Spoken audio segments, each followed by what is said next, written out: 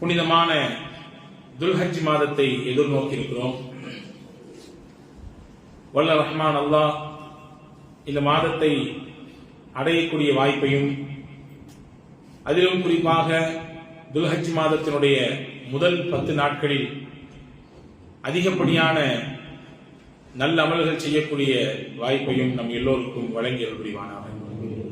அன்புக்குரியவர்களே, ரமலானுடைய நாட்கள், அதனுடைய இரவுகள் எவ்வளவு போற்றுதலுக்குரியதோ,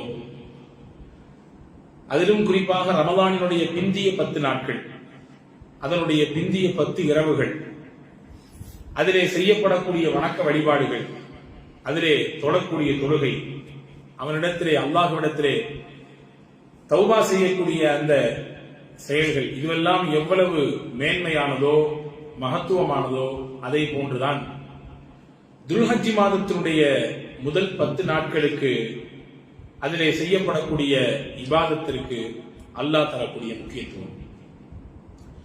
அல் குர்ஆனிலே ரப்புல் ஆலமீன் சொல்கிறான், வத்குருல்லாஹ ஃபி அய்யாமின் மஅதூதாத், சில எண்ணப்படக்கூடிய நாட்களிலே நீங்கள் அல்லாஹ்வை அதிகமாக நினைவு கூறுங்கள், அவனை நீங்கள் திக்ர் செய்யுங்கள் என்று அல்லாஹ் சொல்கிறார். இந்த எண்ணப்படுகிற நாட்கள், வரையறுக்கப்பட்ட நாட்கள் எது என்பது குறித்து அறிஞர்கள், திருக்குர்ஆனுடைய விரிவுரையாளர்கள் விளக்கம் தருகிற பொழுது, துல்ஹஜ்ஜினுடைய முதல் 10 நாளை குறித்து தான் அல்லாஹ் இங்கே பேசுகிறான். துல்ஹஜ் மாதத்தினுடைய 1வது பிறையிலிருந்து 10வது பிறை வரை இருக்கக்கூடிய அந்த 10 நாட்களில் அதிலே செய்யப்படக்கூடிய இபாதத்தினுடைய மேன்மையை குறித்து தான் அல்லாஹ் இங்கே சொல்லுகிறான் என்ற விரிவுரையை நாம் பார்க்கிறோம். அதே போன்று திருக்குர்ஆன் எங்கெல்லாம் சில விஷயங்களின் மீது சத்தியமிட்டு பேசுகிறதோ, அந்த பொருள், அந்த காரியம் அல்லாஹ்விடத்திலே மேன்மையானது என்பதை சமூகம் உணர்ந்து கொள்ள வேண்டும். நமக்கெல்லாம் தெரிந்த அத்தியாயம் சூரா ஃபஜ்ர். அந்த ஃபஜ்ர் என்ற அத்தியாயத்தினுடைய துவக்கத்திலே அல்லாஹ் அதிகாலையின் மீது சத்தியம், வலயானின் அஷர், 10 இரவுகளின் மீது சத்தியம், வஷ்ஷஃபி வல் வத்ர், இரட்டைப்படையின் மீது சத்தியம், ஒற்றைப்படையின் மீது சத்தியம் என்று அல்லாஹ் சத்தியமிட்டு சொல்கிறான். இந்த 10 இரவுகள் என்ன என்பதை குறித்து, இந்த 10 நாட்கள் என்ன என்பதை குறித்து ஹஜ்ரத் சய்யிதுனா அப்துல்லாஹ் இப்னு அப்பாஸ் ரலியல்லாஹு அன்ஹு சொல்கிற பொழுது சொல்வார்கள், துல்ஹஜ்ஜினுடைய முதல் 10 நாட்களை தான் அல்லாஹ் இங்கே சொல்கிறான். ஒன்றின் மீது சத்தியம் செய்வதின் வழியாக அதனுடைய மகத்துவத்தையும் அதனுடைய மேன்மையையும் மூமின்களின் உள்ளத்திலே கொண்டு அமர்த்துவதற்கு அல்லாஹ் செய்யக்கூடிய மிக முக்கியமான காரியம் இது. எனவே எப்பொழுது இந்த துல்ஹஜ்ஜினுடைய 10 நாட்களின் மீது அல்லாஹ் சத்தியம் செய்தானோ, அது ஆகச்சிறந்த நாட்களாக அல்லாஹ்விடத்திலே இருக்கிறது என்பதை மூமின்கள் புரிந்து கொள்ள வேண்டும் என்று ஹஜ்ரத் சய்யிதுனா அப்துல்லாஹ் இப்னு அப்பாஸ் ரலியல்லாஹு அன்ஹு சொல்வார்கள். அன்புக்குரியவர்களே, ரமலானுடைய மாதத்தினுடைய மேன்மையை, மகோன்னதத்தை நாம் விளங்கியிருக்கிறோம். நாம் மட்டுமல்ல, உலகத்தில் இருக்கக்கூடிய மூமின்கள் விளங்கியிருக்கிறார்கள். எனவேதான் ரமலானிலே சொல்லாமலேயே மக்கள் கூடுகிறார்கள், இபாதத்திற்காக அர்ப்பணிக்கிறார்கள் நேரங்களை. தூக்கத்தையும் கடந்து சில சிரமங்களையும் அதை இனிமையாக, இன்பத்தோடு, இன்முகத்தோடு அதை ஏற்றுக்கொண்டு அந்த நாட்களை புண்ணியம் தேடுவதற்குரிய நாட்களாக, இரவுகளை நின்று வணங்குவதற்குரிய மிகச்சிறந்த ஸ்தலமாக மூமின்கள் மாற்றிக் கொள்கிறார்கள், இல்லையா? அதற்கு நிகரான நாட்கள் தான் இந்த துல்ஹஜ்ஜினுடைய முதல் 10 நாட்கள். இன்னும் கூடுதலாக விரிவுரை தருகிற அறிஞர்கள் சொல்கிறார்கள், ரமலானினுடைய பிந்திய 10 நாட்கள் எவ்வளவு மேன்மைக்குரியதோ, குறிப்பாக அந்த ரமலானினுடைய பிந்திய 10 இரவுகள், அந்த 10 இரவில் ஒன்றில் தான் அல்லாஹ் லைலத்துல் கத்ரை வைத்திருக்கிறான். மேன்மைக்குரிய இரவு, 1000 மாதங்களை விட சிறந்த இரவை அல்லாஹ் வைத்திருக்கிறான். அதிலே நின்று வணங்கினால் எப்படி அல்லாஹ் மன்னிப்பை தருவதை வாக்களிக்கிறானோ, அந்த மனிதனுடைய அந்தஸ்து அல்லாஹ்விடத்திலே உயர்கிறதோ, அப்படித்தான் துல்ஹஜ் மாதத்தினுடைய முதல் 10 நாட்களினுடைய பகலுக்கு அல்லாஹ் சிறப்பை தருகிறான். ரமலானுடைய பிந்திய 10 நாட்களின் இரவுக்கு சிறப்பு என்றால், இந்த துல்ஹஜ் மாதத்தினுடைய முதல் 10 நாளினுடைய பகலுக்கு சிறப்பு என்பதை அறிஞர்கள் சொல்கிறார்கள். காரணம் என்னவென்றால், ஹஜ்ரத் அல்லாமா இப்னு ஹஜர் அல் அஸ்கலானி ரஹிமஹுல்லாஹ் புகாரி ஷரீஃபினுடைய விரிவுரையாளர் ஹஜ்ரத் இப்னு ஹஜர் ரஹ்மத்துல்லாஹி அவர்கள் சொல்கிறார்கள், மார்க்கத்தினுடைய 5 விதமான விஷயங்கள் நிறைவு செய்யப்படக்கூடிய நாட்கள் இந்த 10 நாட்கள் என்பது. இஸ்லாத்தில் 50 கடமைகள் இருக்கிறது. லா இலாஹ இல்லல்லாஹ் என்ற கலிமாவை சொன்னதற்கு பிறகு ஒருவர் ஈமானிய வட்டத்திற்குள் வருகிறார். எப்பொழுது அவர் ஈமானிய வட்டத்திற்குள்ளே வந்துவிட்டாரோ அவரின் மீது அடுத்து 4 கடமைகள் இருக்கிறது. நமக்கு தெரியும், தொழுகை, நோன்பு, ஜக்காத், ஹஜ். இந்த 4 விஷயத்தையும் நிறைவு செய்வதற்குரிய வாய்ப்பை மாதங்களிலே துல்ஹஜ் மாதத்தின் முதல் 10 நாளில் தான் அல்லாஹ் அமைத்திருக்கிறார். உலக மொத்தம் சங்கமிக்கக்கூடிய ஹஜ் இந்த துல்ஹஜ் மாதத்தினுடைய 9வது பிறையில் தான் அல்லாஹ் வைத்திருக்கிறார். அரஃபா தான் ஹஜ். அல் ஹஜ் அல் அரஃபா என்றார்கள் பெருமாள். ஹஜ் என்றால் என்ன? அரஃபாவில் தங்குதல். அரஃபாவில் தங்குதல் என்பது எங்கே நடக்கிறது? இந்த துல்ஹஜ் மாதத்தினுடைய ஒரு முதல் 10 இருக்கக்கூடிய ஒரு நாள். இந்த துல்ஹஜ் மாதத்திலே நோன்பு நோன்பதை ஹஜ்ரத் ரசூலுல்லாஹி ஸல்லல்லாஹு அலைஹி வஸல்லம் மிகவும் முக்கியப்படுத்தி சொன்னார்கள். அதிலும் குறிப்பாக அரஃபாவுடைய நாளிலே 9வது பிறை அன்று ஹஜ்ஜிக்கு செல்லாதவர்கள், ஹாஜிகளை தவிர்த்து உண்டான மக்கள் எல்லாம் நோன்பு வைக்க வேண்டும் என்பதை நமக்கு சொல்லித் தந்தார்கள், சுன்னத்தாக்கி காட்டினார்கள். 2 வருடத்தினுடைய பாவத்திற்கு பரிகாரமாக அந்த நோன்பு ஆகும் என்பதையும் நபிகள் நாயகம் ஸல்லல்லாஹு அலைஹி வஸல்லம் விரிவுபடுத்தி சொன்னார்கள். அப்ப நோன்பு இந்த 10 நாளிலே இருக்கிறது. அதே போன்று தர்மம், ஜகாத் என்ற அந்த ஒரு கடமையை நாம் வருடத்தில் எங்கே வேண்டுமானால் நிறைவேற்றலாம். ஆனால் தர்மத்திற்கு நாட்களே கிடையாது, இல்லையா? அதிலும் குறிப்பாக நபிகள் நாயகம் ஸல்லல்லாஹு அலைஹி வஸல்லம் தன்னுடைய மதீனாவுடைய 10 ஆண்டு காலம் செய்த ஒரு மிக முக்கியமான இபாதத்தாக கருதப்படுகிறது. குர்பானி என்கின்ற அந்த இபாதத்தை இந்த 10 தான் அல்லாஹ் வைத்திருக்கிறார். குர்பானியுடைய முக்கிய நோக்கம் என்ன? அதிலிருந்து கிடைக்கப்படுகிற அந்த இறைச்சிகளை எல்லாம் பங்கிடப்பட வேண்டும், ஏழைகளுக்கு கொண்டு போய் சேர்க்க வேண்டும், அவர்களின் வயிற்றிலே அது பட வேண்டும், அவர்கள் அதை சமைத்து உண்ண வேண்டும், இல்லையா? அப்ப தர்மத்தை, இந்த சதக்காவை இந்த 10 நாட்களிலே அல்லாஹ் வைத்திருக்கிறான். அதே போன்று தொழுகை, நார்மலாக நம்ம எப்பொழுதும் தொழுகிற மாதிரி இந்த 10 நாளும் தொழதான் செய்யறோம். அப்போ இஸ்லாத்தினுடைய கடமைகள், ஈமானுக்கு பிறகு இருக்கக்கூடிய 4 பெரும் கடமைகளை நிறைவேற்றக்கூடிய வாய்ப்பை அல்லாஹ் இந்த துல்ஹஜ்ஜினுடைய முதல் 10 நாட்களில் அல்லாஹ் தருகிறான். எனவே இந்த நாட்கள் மேன்மைக்குரியது. ரமதானிலே நோன்பு வைப்போம், தர்மம் கொடுப்போம், தொழுவோம், இல்லையா? குர்ஆன் ஓதுவோம், ஆனால் ஹஜ் செய்ய முடியாது. ஹஜ் என்பது இந்த துல்ஹஜ் மாதத்தில் மட்டும்தான் செய்ய முடியும். வருடத்தில் 365 நாட்களிலே எப்பொழுது வேண்டுமானாலும் நாம் உம்ராவுக்கு செல்லலாம், உம்ரா செய்யலாம். ஆனால் ஹஜ் என்பது அந்த துல்ஹஜ் மாதத்தினுடைய 8வது பிறையிலிருந்து துவங்கி 13வது பிறை வரை, அதிலும் குறிப்பாக அந்த 5 நாட்களிலே 9வது பிறை மிக மிக முக்கியமானது. இப்ப இந்த 5 அமல்களும் ஒன்று கூடக்கூடிய இடமாக இந்த துல்ஹஜ்ஜினுடைய முதல் 10 நாட்கள் இருப்பதினாலே இது மேன்மைக்குரிய நாட்கள் என்பதை அறிஞர்கள் நமக்கு சொல்லித் தருகிறார்கள். எனவேதான் ஹஜ்ரத் ரசூலுல்லாஹி ஸல்லல்லாஹு அலைஹி வஸல்லம் சொன்னார்கள், மாமின் ஐயாமின் அல் அமலு ஸாலிஹு ஃபீஹின் அஹப்பு இலல்லாஹ். வருடத்திலே எந்த நாட்களிலும் செய்யாத மனிதர்கள் செய்யக்கூடிய நல்ல அமல்கள் இந்த நாட்களிலே செய்தால் அது அல்லாஹ்விடத்திலே மிகவும் பிரியத்திற்குரியது. வருடத்தில் எந்த நாட்கள்ல நல்லமல் செஞ்சாலும் அதை எல்லாம் விட சிறப்பானது இந்த துல்ஹஜ்ஜினுடைய முதல் 10 நாளிலே செய்யக்கூடிய நல்லமல் என்று ரசூலுல்லாஹி ஸல்லல்லாஹு அலைஹி வஸல்லம் சொன்னபோது சஹாபாக்கள் கேட்டார்கள், யா ரசூலல்லாஹ், வலல் ஜிஹாது ஃபீ சபீலில்லாஹ், அல்லாஹ்வின் பாதையிலே போர் புரிவதை விட சிறந்ததா இந்த 10 நாட்களிலே நல்லமல் செய்வது என்பது? சஹாபாக்கள் ரசூலுல்லாஹ் சொன்னாங்க, வலல் ஜிஹாது ஃபீ சபீலில்லாஹ், அல்லாஹ்வின் பாதையிலே ஜிஹாத் செய்வதை விட இந்த 10 நாளினுடைய முக்கியத்துவத்தையும் மேன்மையையும் கருத்தில் கொண்டு ஒருவர் அதிகப்படியாக நல்லமல் செய்தால் ஜிஹாதை விட அது சிறப்பானது. நான் சொல்றேன், நீங்க கவனிக்கணும். சஹாபாக்கள் ஏன் ஜிஹாத் இங்க கேட்கிறாங்கன்னா, சஹாபாக்களின் மனதிலே ஊறி போனது ஜிஹாதினுடைய நன்மை என்பது.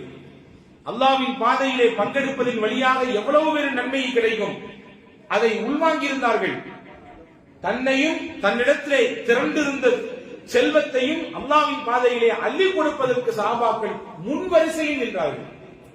வரலாற்றிலே இப்படி ஒரு செய்தி ஒன்று, செய்தனா அனஸ் இப்னு மாலிக் ரலியல்லாஹு தஆலா அன்ஹு அவர்களுடைய மிக நெருங்கிய சொந்தக்காரர் ஒருவர் அனஸ் இப்னு நதுர் ரலியல்லாஹு அன்ஹு என்பது அவருடைய பெயர்.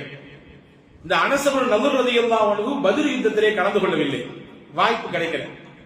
ரசூலுல்லாஹ் வந்து சொன்னாங்க, ல இன்னல்லாஹ அஷ்ஹதனி, ரசூல் ஸல்லல்லாஹு அலைஹி வஸல்லம் சொன்ன ரசூல் இடத்திலே சொன்னார்கள் அனஸ் இப்னு நதுர் ரலியல்லாஹு அன்ஹு, நபியே எனக்கு அல்லாஹ் இதற்கடுத்து முஷ்ரிக்கீன்களோடு சண்டையிடுவதற்கு ஒரு வாய்ப்பை தந்தால் ல யுரியன்னல்லாஹு மா அஸ்னஉ, நான் என்ன செய்வேன் என்பதை அல்லாஹ் உங்களுக்கு காட்டுவான். எனக்கு பதிலே கலந்து கொள்ளக்கூடிய அந்த யுத்தத்திலே ஜிஹாதிலே கலந்து கொள்ளக்கூடிய வாய்ப்பு கிடைக்கல, அடுத்து ஒரு வாய்ப்பு ஜிஹாதுக்கு செல்லக்கூடிய வாய்ப்பு எனக்கு கிடைத்தால் நான் என்ன செய்வேன் என்பதை அல்லாஹ் உங்களுக்கு காட்டுவான் என்று சொன்னார்கள். அடுத்த ஆண்டு உஹது யுத்தம் வந்தது. உஹது யுத்தத்திலே இந்த அனஸ் இப்னு நதுர் ரலியல்லாஹு அன்ஹு கலந்து கொண்டார்கள். கலந்து கொண்டு மிக வேகமாக அல்லாஹ்வின் பாதையிலே தன்னால் ஆன முன்னெடுப்புகளை எல்லாம் எடுத்து வைத்தார்கள். ஒரு கட்டத்திலே உஹது களத்துக்கு வந்த முஸ்லிம்களில் சிலர், முனாஃபிக்கீன்களின் பலர் கொஞ்சம் புறமுதுகிட்டு ஓடினார்கள். எதிரிகளின் தாக்குதலை தாக்கு பிடிக்க முடியாமல் அப்படியே கொஞ்சம் சிதறினார்கள். அந்த நேரத்திலே அனஸ் இப்னு நதுர் ரலியல்லாஹு அன்ஹு சொன்னார்கள், அல்லாஹும்ம அஅ்திரு இலைக மிம்மா ஸனஅ ஹாஉலாஇ, யா அல்லாஹ், இதோ முஸ்லிம்களில் சிலர்கள் இந்த போர் களத்திலிருந்து சிதறுகிறார்கள், இவர்கள் செய்யக்கூடிய விஷயத்தை விட்டு நான் உன்னிடத்திலே வருந்துகிறேன், உன்னிடத்திலே நான் இதற்கான மன்னிப்பை கேட்கிறேன் சொல்லிட்டு சொன்னாங்க, வ அப்ரஉ இலைக மிம்மா ஸனஅ ஹாஉலாஇ, இதோ முனாஃபிக்கீன்களில் சிலர்கள் யுத்த களத்தை விட்டு விரண்டு ஓடிக்கொண்டிருக்கிறார்கள், இவர்களில் பட்டவன் நான் இல்லை என்பதையும் உன்னிடத்திலே தெளிவுபடுத்தி விட்டேன் அப்படின்னு சொல்லிட்டு செய்தனா சஅத் இப்னு முஆத் அப்படின்னு ஒரு சஹாபி இருந்தார். அந்த சஹாபியை கூப்பிட்டார்கள் அனஸ் இப்னு நதுர் ரலியல்லாஹு அன்ஹு, யா சஅத், அல் ஜன்னா வ ரப்புல் கஅபா இன்னி அஜிது ரீஹஹா மின் தூனி உஹத், சஅதே, ஜன்னத்தை நான் பார்க்கிறேன், காபாவின் ரப்பின் மீது சத்தியம், உங்களுக்கும் எனக்கும் கண்ணுக்கு முன்னால் தரக்கூடிய உஹது மலை, நான் இந்த உஹது மலையின் அடிவாரத்திலிருந்து சொர்க்கத்தினுடைய அந்த நறுமணத்தை சுவாசிக்கிறேன், நுகருகிறேன். சொர்க்கத்திலே இருக்கக்கூடிய உயர்தரமான நறுமணத்தை அல்லாஹ் எனக்கு இந்த உஹது மலையின் அடிவாரத்திலிருந்து தருகிறான், அதை நான் நுகர்ந்து கொண்டிருக்கிறேன் அப்படின்னு சொல்லிட்டு வேகமாக களத்திற்குள்ளே போனார்கள். தன்னை சுற்றி வந்த எதிரிகள், அவர்கள் ஒரு நபர், அவர்களை சுற்றி சற்றேறக்குறைய 20க்கும் அதிகமான நபர்கள் சூழ்ந்திருக்கிறார்கள். அனஸ் ரலியல்லாஹு அன்ஹு முடிந்த அளவுக்கு அவர்களை எதிர்கொண்டார்கள். ஒரு கட்டத்திலே தன்னை சுற்றி வந்த எல்லோரையும் வீழ்த்தி விட்டார்கள். பின்னால் இருந்து வந்த ஒருவன் அனஸ் ரலியல்லாஹுவை தாக்கி விடுகிறான். தாக்கி அந்த யுத்த களத்திலே அவர்கள் ஷஹீதாகி போய்விடுகிறார்கள். யுத்தம் முடிந்ததற்கு பிறகு யாரெல்லாம் இந்த களத்திலே ஷஹீதாகி இருக்கிறார்கள் என்பதை பார்த்து வருவதற்காகவே நபிகள் அனுப்பிய பொழுது அனஸ் இப்னு நதுர் ரலியல்லாஹு அன்ஹுடைய உடல் சிதைந்து சின்னாபின்னப்பட்டு போய் கிடந்தது. அடையாளம் தெரியவில்லை, முகம் தெரியவில்லை. அவர்களுடைய அங்க அடையாளங்களை வைத்து அடையாளம் காணும் அளவிற்கு உடலின் நிலை அப்பொழுது இல்லை. அவங்களுடைய சகோதரி தான் ஹஜ்ரத் அனஸ் ரலியல்லாஹு அன்ஹுடைய உடலிலே, குறிப்பாக அவருடைய விரலிலே இருந்த சில அடையாளங்களை வைத்து அடையாளம் கண்டார்கள். இந்த ஹதீஸினுடைய அறிவிப்பாளர் செய்த அனஸ் இப்னு மாலிக் ரலியல்லாஹு சொல்றாங்க, என்னுடைய உறவுக்காரர் அனஸ் இப்னு நதுர் அவர்களுடைய உடம்பிலே சுமார் 80க்கும் அதிகமான வெட்டுக்கள், காயங்கள், உடல் சிதைந்து போய் இருந்தது. எங்களால் அடையாளம் காண முடியாத அளவிற்கு அவர்களுடைய உடல் அங்கே தோண்டி எடுக்கப்பட்டிருந்தது. ரசூலுல்லாஹ்விடத்திலே நாங்கள் சொன்னோம். நபிகள் நாயகம் ஸல்லல்லாஹு அலைஹி வஸல்லம் அப்பொழுதுதான் சொன்னார்கள், அல் குர்ஆனிலே அல்லாஹ் சொல்கிறான், மினல் மூமினீன ரிஜாலுன் ஸதகூ மா ஆஹதுல்லாஹ அலை, இறை நம்பிக்கையாளர்களே சிலர் இப்படியும் இருக்கிறார்கள், அல்லாஹ்விடத்திலே செய்து கொண்ட ஒப்பந்தத்தை அவர்கள் உண்மைப்படுத்துவார்கள், அல்லாஹ்விடத்திலே கொடுத்த வாக்குறுதியை அவர்கள் உண்மையாக காட்டித் தருவார்கள். அப்படிப்பட்ட நபர்களில் ஒருவர் தான் இந்த அனஸ் என்று ரசூலுல்லாஹி ஸல்லல்லாஹு அலைஹி வஸல்லம் அவர்கள் சொன்னார்கள் என்ற செய்தியை நாம் ஹதீதுகளிலே பார்க்கிறோம். எதற்கு நான் இங்கே இந்த நிகழ்ச்சியை சொல்லுகிறேன் என்றால், சஹாபாக்களுக்கு ஜிஹாத் என்பது அவ்வளவு இஷ்டமானது. தன்னுடைய பொருளையும் தன்னையும் கொடுப்பதற்கு முதல் வரிசையிலே வந்து நிற்பார்கள். அதிலே வயதிலே வித்தியாசம் இருக்காது. வயதில் மூத்தவரும் கூட பல யுத்தக்களங்களுக்கு முன்னால் வந்து நின்று நான் வருகிறேன் என்று சொல்லியிருக்கிறார். அதே போன்று வயதிலே குறைந்த சஹாபாக்களும் கூட என்னையும் சேர்த்துக் கொள்ளுங்கள், என்னாலான பங்களிப்பு இந்த மார்க்கத்துக்கு என்ன என்பதை நானும் கொடுக்க வேண்டும் என்ற ஆர்வத்தோடு இருந்தார்கள். எனவேதான் சஹாபாக்கள் நபியிடத்திலே கேட்டார்கள், யா ரசூலல்லாஹ், அந்த ஜிஹாதை விட பெருசா இந்த 10 நாளில் அமல் செய்வது? ரசூலுல்லாஹ் சொன்னாங்க, ஆமா, அந்த யுத்தக்களத்திலே போய் ஜிஹாத் செய்வதை விட பெருசு, பொருளாலும் உடனாலும் ஜிஹாத் செய்வதை விட பெருசு. ஆனா ஒரு விஷயத்தை தவிர, ஒருத்தவர் யுத்தத்திற்கு போனார், தன்னுடைய பொருளை கொண்டு போனார், தன்னை கொண்டு போனார், திரும்பி பொருளும் வரவில்லை, அவரும் வரவில்லை. அப்படின்னா என்ன அர்த்தம்? அந்த யுத்தத்திலே அவர் ஷஹீதாகி விட்டார். அவருக்கு இருக்கக்கூடிய அந்தஸ்தை தவிர அப்படின்னா அது இந்த 10 நாள் செய்யக்கூடிய அமலை விட அது உயர்ந்ததுதான். ஆனா ஒருத்தர் யுத்தத்துக்கு போனாரு, பொருளை இழந்து அவர் மட்டும் வந்துட்டார், அல்லது ரெண்டையும் சேர்த்து கொண்டு வந்தார், பொருளோடும் வந்தார், உயிரோடும் வந்தார். அந்த யுத்தத்தை கலந்து கொண்டு அவருக்கு கிடைக்கக்கூடிய நன்மையை விட துல்ஹஜ் மாதத்தினுடைய முதல் 10 நாட்களில் செய்யக்கூடிய அமலுக்கு அல்லாஹ்விடத்திலே கூடுதல் முக்கியத்துவம் உண்டு என்றார்கள் நபிகள் நாயகம் ஸல்லல்லாஹு அலைஹி வஸல்லம். எனவே அன்புக்குரியவர்களே, இந்த துல்ஹஜ் மாதத்தை நாம் எதிர்நோக்கி இருக்கிறோம். முதல் 10 நாட்கள் நான் எனவேதான் சொன்னேன், ரமலானுக்கு சமூகம் எந்த அளவுக்கு முக்கியத்துவம் கொடுக்கிறதோ அந்த அளவுக்கு இல்லை, அதிலே ஒரு சில சதவீதங்கள் கூட இந்த துல்ஹஜ் மாதத்தினுடைய முதல் 10 நாட்களுக்கு நாம் கொடுப்பதில்லை என்பது வேதனையான விஷயம்தான். காரணம் என்னவென்றால், அல்லாஹ் சத்தியம் செய்து சொல்லக்கூடிய நாட்கள் இது. இஸ்லாத்தினுடைய அஸ்திவாரங்களாக கருதப்படுகிற எல்லா அமல்களும் நடைபெறக்கூடிய நாட்கள் இது. குறிப்பிட்டு அல்லாஹ் இந்த நாட்களிலே அவனை நினைவு கூறுங்கள் என்று உத்தரவிடக்கூடிய நாட்கள் இது. வருடத்தில் எந்த பகல்களுக்கும் இல்லாத தனிச்சிறப்பை துல்ஹஜ் மாதத்தினுடைய இந்த முதல் 10 நாட்களிலே இருக்கக்கூடிய பகலுக்கு அல்லாஹ் தருகிறான். இதை விட சிறப்பு அம்சம் என்ன தெரியுமா? அல் குர்ஆனிலே ஒரு வசனம் உண்டு. யூதர்கள் கூட சொன்னார்கள் உமர் ரலியல்லாஹு இடத்திலே வந்து, அந்த வசனம் மட்டும் எங்களுக்கு இறங்கியிருந்தால் அந்த நாளை நாங்கள் பெரும் திருநாளாக கொண்டாடி இருப்போம் என்று சொன்னார்கள். என்ன வசனம் அது?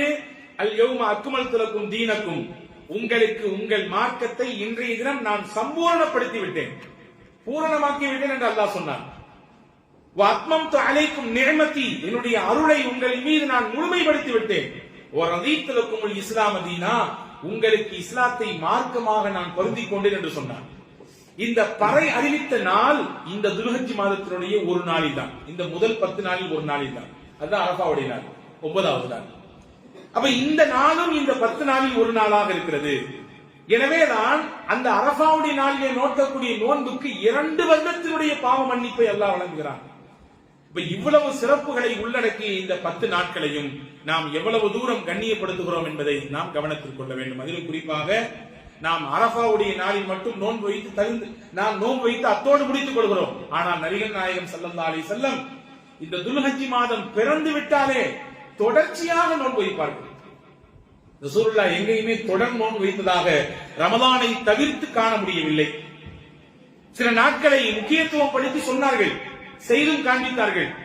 மாதத்திலே 3 நாட்கள் நோன்பு வைத்திருக்கிறார்கள் இல்லையா? வீட்டிற்கு போவார்கள், ஏதாவது உணவு இருந்தால் சாப்பிடுவார்கள், இல்லாத பட்சத்திலே இன்னி சாயிமும், நான் இன்னைக்கு நோன்பு வைக்க போறேன்னு சொல்லிடுவாங்க. இதெல்லாம் ஹதீஸிலே வந்திருக்கிறது. ஆனால் துல்ஹஜ் மாதத்தினுடைய முதல் பிறையிலிருந்து 9வது பிறை வரை தொடர்ச்சியாக நோன்பு வைத்தார்கள் பெருமானார் ஸல்லல்லாஹு அலைஹி வஸல்லம். அஹ்மது ஷரீஃபிலே ஒரு ஹதீஸ் வந்திருக்கிறது, நசாயிலும் இந்த ஹதீஸ் வருகிறது. சையதனா ஹஃப்ஸா பின்த் உமர் ரலியல்லாஹு தஆலா அன்ஹா, நாயகத்தினுடைய துணைவியார் ஹஃப்ஸா அம்மா சொல்றாங்க, அர்பஉன் லம் யகுன் யதஅஹுன்ன நபி ஸல்லல்லாஹு அலைஹி வஸல்லம், 4 விஷயத்தை ரசூலுல்லாஹ் விட்டதே கிடையாதுன்றாங்க. அவங்க வாழ்நாள் முழுக்க அதை ஃபாலோ பண்ணாங்க. 4 விஷயம். முதல் விஷயம் சியாமு ஆஷூரா, ஆஷூராவுடைய நோன்பு ரசூலுல்லாஹ் விட்டது இல்ல, வச்சிருவாங்க. முஹர்ரம் மாதத்தினுடைய 10வது நாள் ஆஷூரா நோன்பு ரசூலுல்லாஹ் விட்டது கிடையாது.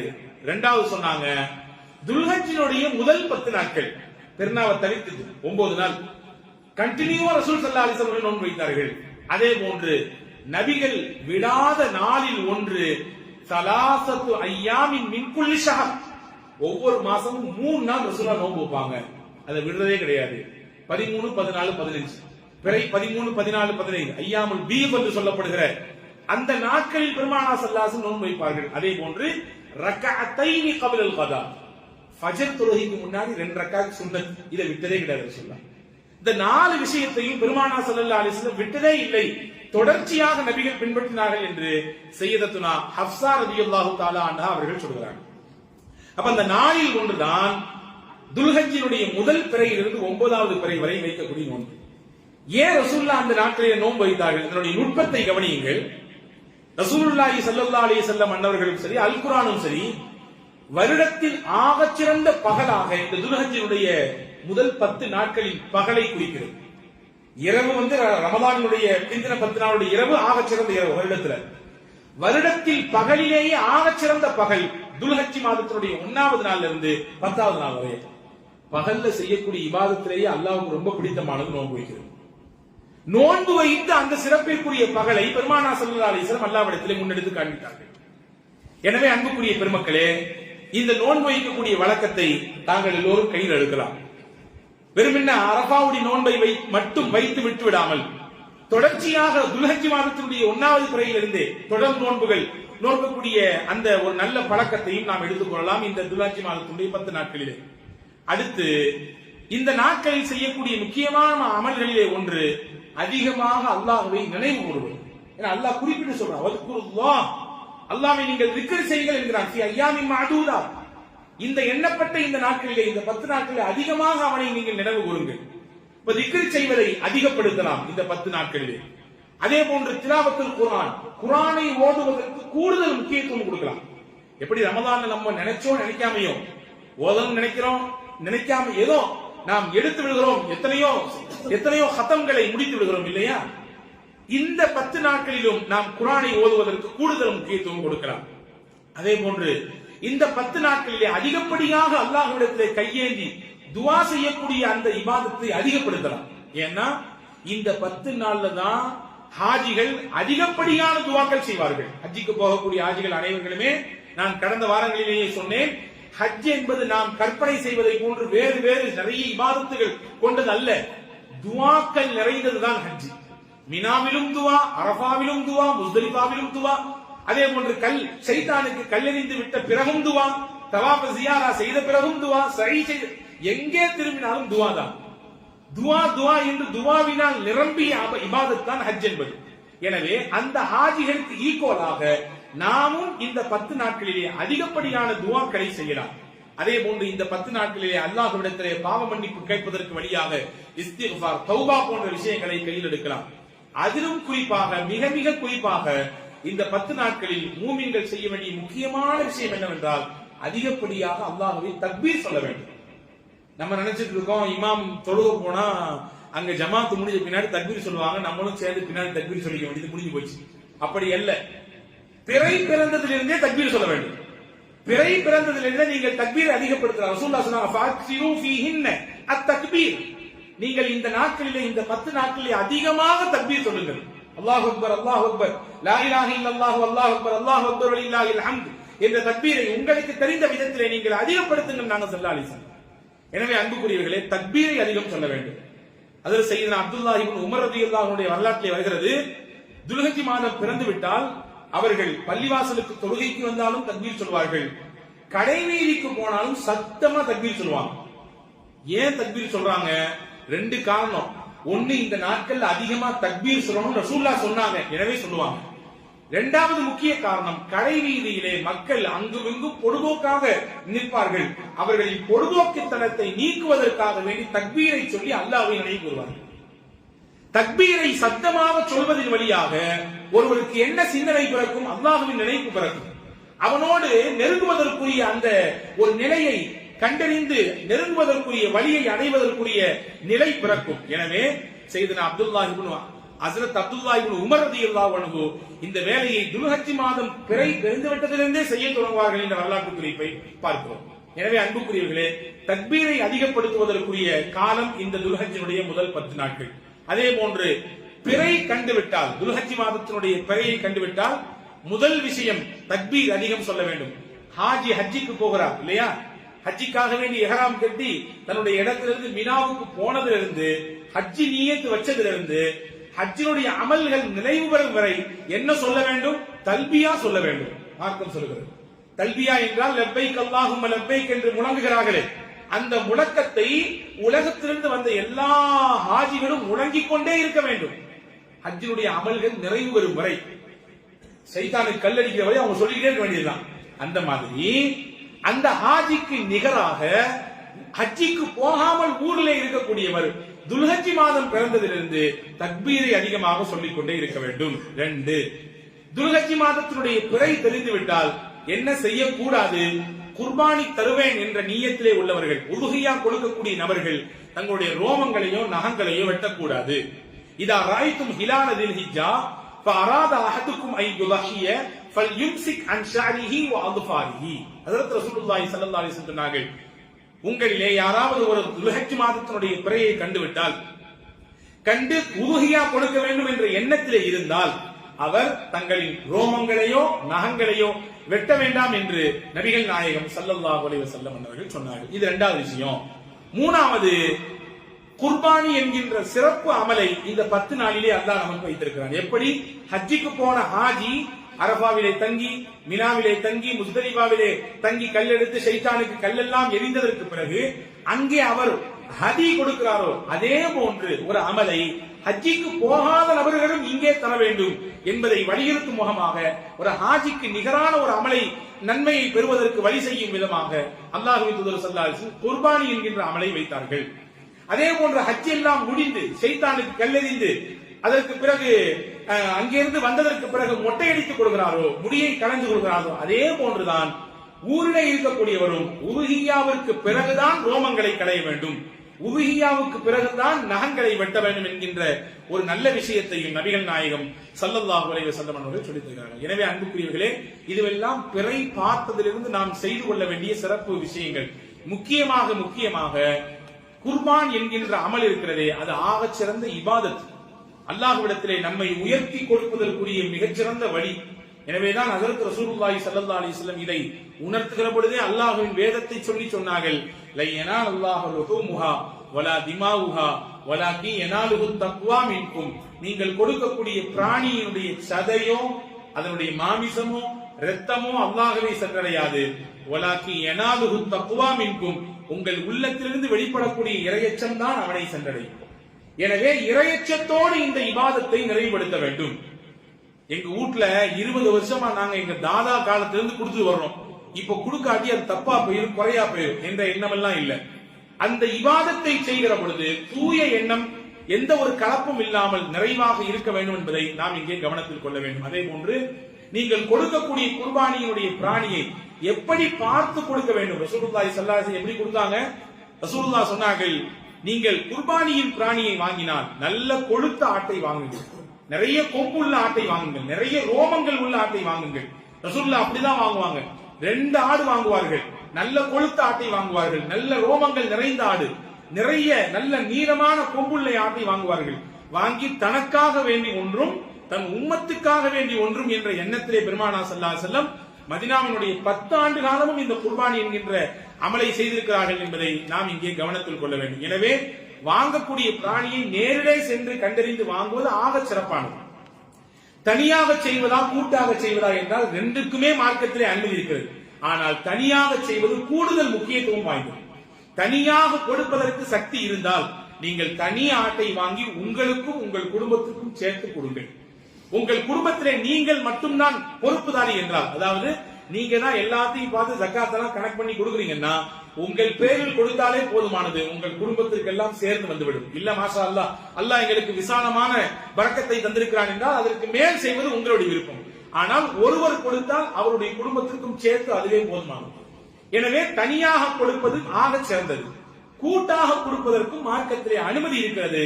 ஆனால் அந்த கூட்டாக கொடுக்கிற பொழுது அந்த கூட்டிலே சேரக்கூடிய 7வருடைய எண்ணமும் ஒரே எண்ணமாக இருக்க வேண்டும்.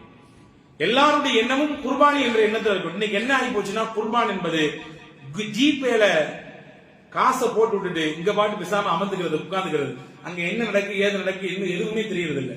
அன்புக்குரியவர்களை யோசிக்கிறோம். அதிலும் குறிப்பாக இப்படியெல்லாம் எண்ணங்கள் வந்து விட்டது. இங்க 1000 அங்க 1500, அங்க 2000, இங்க 3000, எதை கொடுக்கலாம், எது கம்மியோ அதை தேர்வு செய்யலாம் அப்படின்ற மாதிரி எண்ணம் எல்லாம் வந்து விட்டது. அன்புக்குரியவர்களே, இங்கே காசுக்கோ பணத்துக்கோ முக்கியத்துவம் கிடையாது. நாம் கொடுக்கக்கூடிய பிராணியினுடைய தரம் பார்க்க வேண்டும். அது கொடுக்கக்கூடிய இடத்திலே நாம் நிற்பது ஆகச் சிறந்தது. அது அதிலிருந்து வரக்கூடிய இரத்தத்தை பார்க்கிற பொழுது, அதை அடுத்து வழியிட வருகிற பொழுது, அதில் செய்ய இப்ராஹிம் அலைஹிஸ்ஸலாம் அன்னவர்களுக்கு எந்த சிந்தனை இருந்ததோ, எந்த உயர்தரமான இஹ்லாஸ் இருந்ததோ, அந்த இஹ்லாசும் சிந்தனையும் வெளிப்பட வேண்டும். அல்லாஹ்விற்காக வேண்டி இந்த ஆடு இல்லை, இந்த மாடு இல்லை, இந்த ஒட்டகம் இல்லை, எதை கேட்டாலும் நான் கொடுப்பேன் என்ற எண்ணம் வெளிப்பட வேண்டும். அதானே அசல், அதானே நோக்கம். உதுஹியாவின் நோக்கம் என்ன? அதில் செய்ய இப்ராஹிம் அலைஹிஸ்ஸலாம் தன் மகனை கொடுப்பதற்கு எப்படி முன்வந்தார்கள்? எதற்கு நடந்தது? அல்லாஹ் கேட்டால் என் மகனையும் கூட கொடுப்பேன். நான் பெற்ற பிள்ளை நீண்ட நாட்கள் பிள்ளை கிடையாது, நீண்ட வருடங்கள் பிள்ளை இல்லை, கடைசி காலத்தில் பிறந்த பிள்ளை, அதுவும் ஆண் பிள்ளை, சிரித்து விளையாடி கொண்டிருக்கக்கூடிய பருவம். அல்லாஹ் கேட்கிறான், கொடுப்பேன். அல்லாஹ்வுக்கு இந்த எண்ணம் பிடித்துதான் சொர்க்கத்திலிருந்து ஆட்டை கொடுத்தான் இல்லையா? உம்மத்து இதை பின்பற்ற வேண்டும். இந்த அமல் மட்டுமல்ல, அந்த எண்ணமும் பின்தொடர வேண்டும். இந்த அறுக்கக்கூடிய அமல் மட்டும் பின்தொடரப்பட்டால் போதாது. இப்ராஹிம் அலைஹிஸ்ஸலாம் இடத்திலே இருந்த அந்த உயர்ந்த எண்ணமும் சிந்தனையும் கொடுக்கக்கூடிய நேரத்திலே கொடுக்கக்கூடிய நபரின் உள்ளத்திலிருந்து வெளிப்பட வேண்டும். எனவே அன்புக்குரியவர்களே, குர்பான் என்பது வெறும் சம்பிரதாயம், சடங்கு என்பதை தாண்டி அது ஒரு ஆகச்சிறந்த இபாதத் என்பதை நீங்கள் மனதிலே நிறுத்திக் கொள்ளுங்கள். அல்லாஹ்விடத்திலே நம்மை நெருக்கி வைப்பதற்குரிய சிறந்த இபாதத் என்பதை தாண்டி நாளைக்கு சொர்க்கத்திலே நம்மை கூட்டிச் செல்வதற்கு அந்த பிராணிகள் தயாராக நிற்கும் என்பதையும் நீங்கள் கவனத்தில் கொள்ளுங்கள். சொர்க்கத்திற்கு அழைத்துச் செல்லக்கூடிய பிராணி எந்த அளவுக்கு தரமாக இருக்க வேண்டும் என்பதை நீங்களே முடிவு செய்யுங்கள். வல்ல ரஹ்மான் அல்லாஹ் ஆகச் சிறந்த இந்த நன்னாட்களிலே மிகச்சிறப்பான முறையிலே நல்லமல்கள் நிறைய செய்வதற்கு அல்லாஹ் வாய்ப்பளிப்பானாக. குறிப்பாக இந்த 10வது தினம் அல்லது 11, 12வது தினங்கள் நாம் கொடுக்க இருக்கக்கூடிய அந்த உதுஹியா என்கின்ற நல்ல அமலை அல்லாஹ் தூய்மைப்படுத்தி தருவானாக. தூய எண்ணத்தோடு அல்லாஹ்விற்காக வேண்டி வழங்கக்கூடிய உயர்ந்த சிந்தனையை அல்லாஹ் உங்களுக்கும் எனக்கும் எல்லா மக்களுக்கும் நசீபாக்குவானாக. துல்ஹஜ் மாதத்திலே இங்கே இருக்கக்கூடிய வாய்ப்பை கொடுத்த ரப்புல் ஆலமீன் வரக்கூடிய ஆண்டுகளிலே புனிதமான மஸ்ஜிதுல் ஹரமிலே, புனிதமான மினாவிலே, அரஃபாவிலே, முஸ்தலிஃபாவிலே ஹாஜிகளோடு ஒரு